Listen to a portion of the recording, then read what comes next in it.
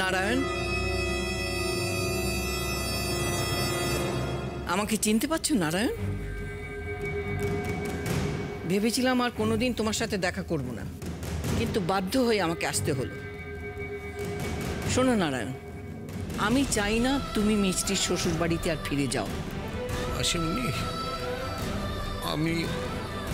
তুমি সারা জীবন মিষ্টির কোনো খোঁজ খবর নাও না। মিষ্টির বিয়ের সময় জয়ন্ত তোমাকে ডেকে পাঠিয়েছিল ওকে সম্প্রদান করার জন্য। সামান্য 10,000 টাকার চেক পাঠিয়ে তুমি তোমার কর্তব্য শেষ করেছিলে। আজ মিষ্টি তার শ্বশুর বাড়িতে সুখে আছে, তুমি সেখানে গিয়ে আর অশান্তি করো না। তো আমাকে যে যেতেই হবে মিষ্টির কাছে, মিষ্টির মঙ্গলের জন্য আমাকে যে যেতেই হবে।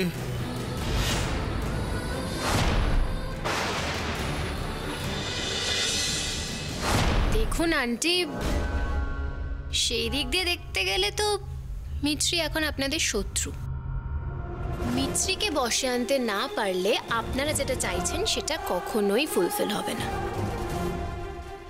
মিছরি আমারও শত্রু, কারণ আমার কিছু পুরনো হিসেব বাকি আছে ওর কাছ থেকে। আর শত্রুর শত্রু তো বন্ধুই হয়। আপনি আমাকে বাধা দেবেন না মাসিমণি, মিছরির কাছে আমাকে যেতেই হবে। আমি বলছি তুমি যাবে না। তোমার লজ্জা করে না যে মেয়ের জন্য তুমি কিচ্ছু করনি তার কাছে হাত পেতে সাহায্য নিতে? হ্যাঁ করে, এর চেয়ে আমার মৃত্যু হলে ভালো হতো, কিন্তু ভগবান যখন আমাকে বাঁচিয়ে রেখেছেন তখন মিছরির ভালোর জন্য আমাকে কিছু করতেই হবে। মিছরির ভালো করবে তুমি? তাই বুঝি তোমার ওই অসহ্য বউ আর মেয়েকে নিয়ে ওর ঘাড়ের উপর চড়াও হতে চাও?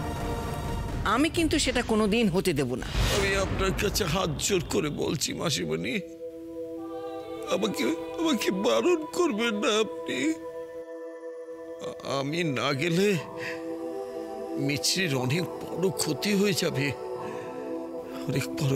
যাবে, চুপ করো, আমি তোমার একটা কথাও শুনতে চাই না।